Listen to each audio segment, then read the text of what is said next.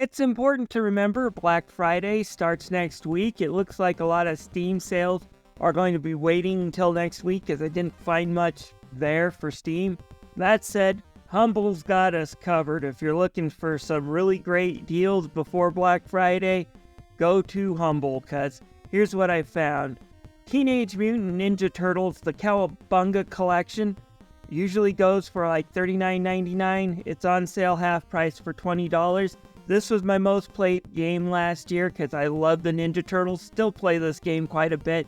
It has the arcade game. It has the Turtles in Time, both the Super Nintendo and the original, plus the Super Nintendo ports, the NES ports, Game Boy games.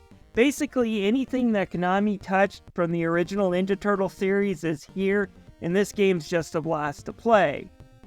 Then we also have Ninja Turtles Shredder Revenge. If classic Konami Ninja Turtles wasn't enough, you should try Shredder's Revenge, which is a new arcade fighter in the vein of those Konami classics, paying homage to the 80s version of the cartoon as well as the arcade games.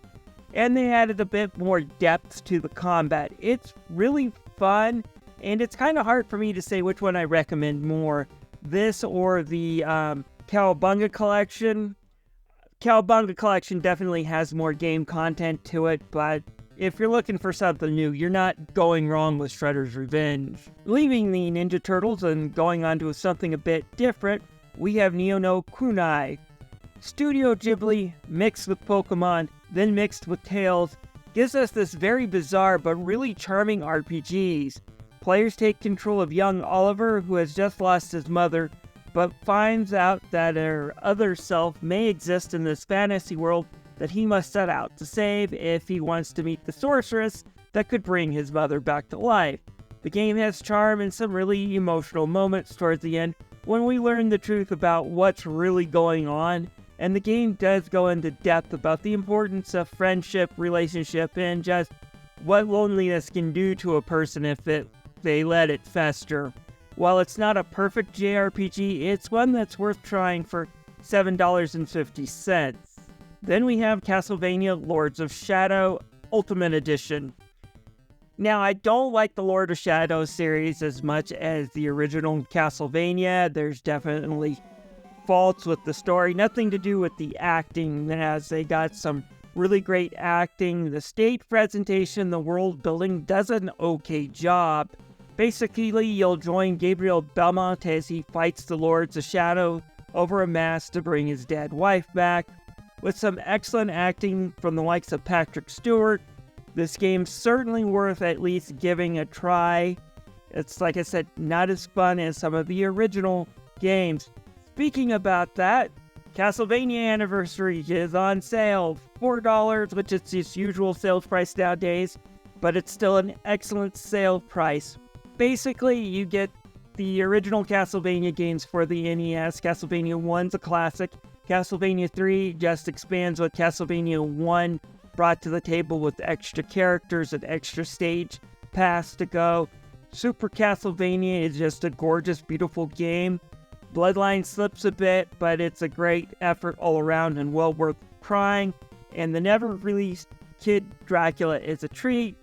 The two Game Boy Castlevanias and Castlevania 2 are definitely misfires for the series, but they're still worth checking out in this collection, and $4 is definitely worth getting. And I should also mention the sister collection to Castlevania Anniversary Collection, the Contra Anniversary Collection, is also on sale for $4. Yet the original NES Contra, Super C, and Contra 3, plus the two arcade games, and those are all great action platformer shooters. You'll also get the European versions called Pro Vectors, which is basically they're the same games except the characters have been swapped out for robots due to censorship. I kind of like this idea of letting other people see what their versions are like. The only misstep in the Contra Anniversary is the American version of Contra Hardcore, and that's basically, it's not that the game itself is like outright terrible, it's just Konami Bayou Billied the American version, because Contra always had cheat codes to help people who are new to the game out until they could find their footing. All the cheat codes, all the options to make the game easier have been taken out, and what we get is a ghouls and ghosts just beat the crap out of you experience that I didn't find fun. But beyond that, pretty much every game in the Contra Anniversary games is worth trying, and you do get the Japanese version of Hardcore that does have those features. You just have to deal with Japanese text, so you won't understand the expanded story. Anyways, let's get on to some Tales of series, because I love this series. Tales of Berseria, on Humble Bundle, $4.99. It may not be a lot of people's favorite Tales game, but I enjoy it enough for a recommendation, especially at $5. You explore the creation of the power that gave Sora his abilities to save people in the Tales of Zestiria, as this one travels a few millennium back, as we take on the role of Velvet Crow, who's no shepherd. In fact, she's kind of the villain.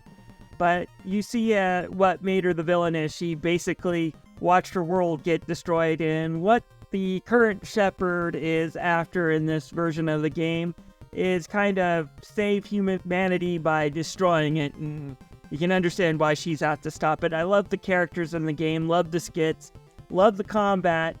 It's not the best Tales of game, but it is worth checking out and definitely worth $5. And if you really do like the Tales series and want to go old school, Tales of Symphonia is on sale for $5.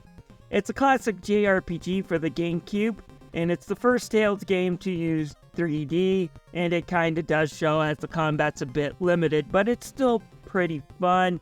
I love the characters in this, Lloyd, Genis, Colette, Kratos, and the overall story. It's still a classic. I still enjoy going through this game.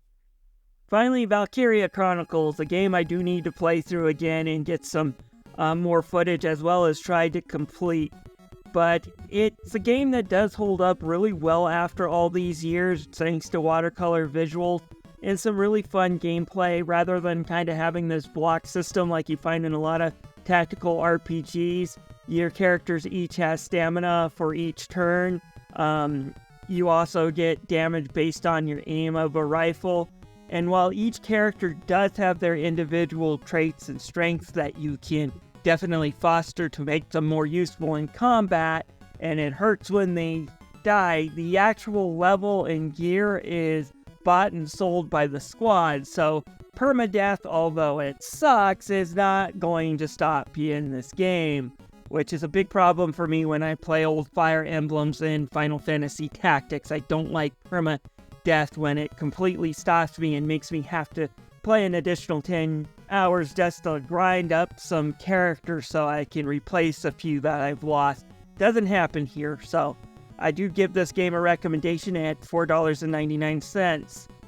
Then we have the Warner Brothers collection for Humble Bundle. This is one of their giant choose-your-own-price bundles.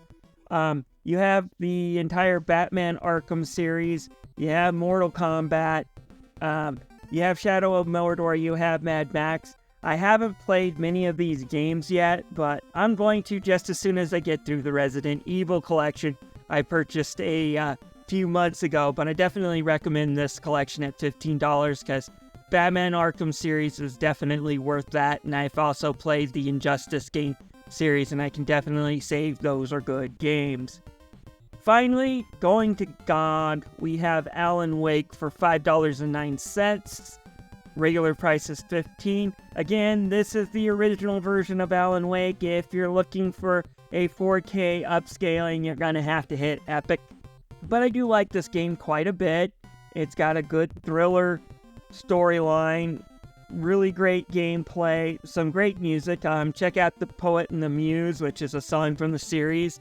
I guess the sequel has another really great song. I'll try to check out the sequel in a few months when I have some time and money to actually sit down and play a new game.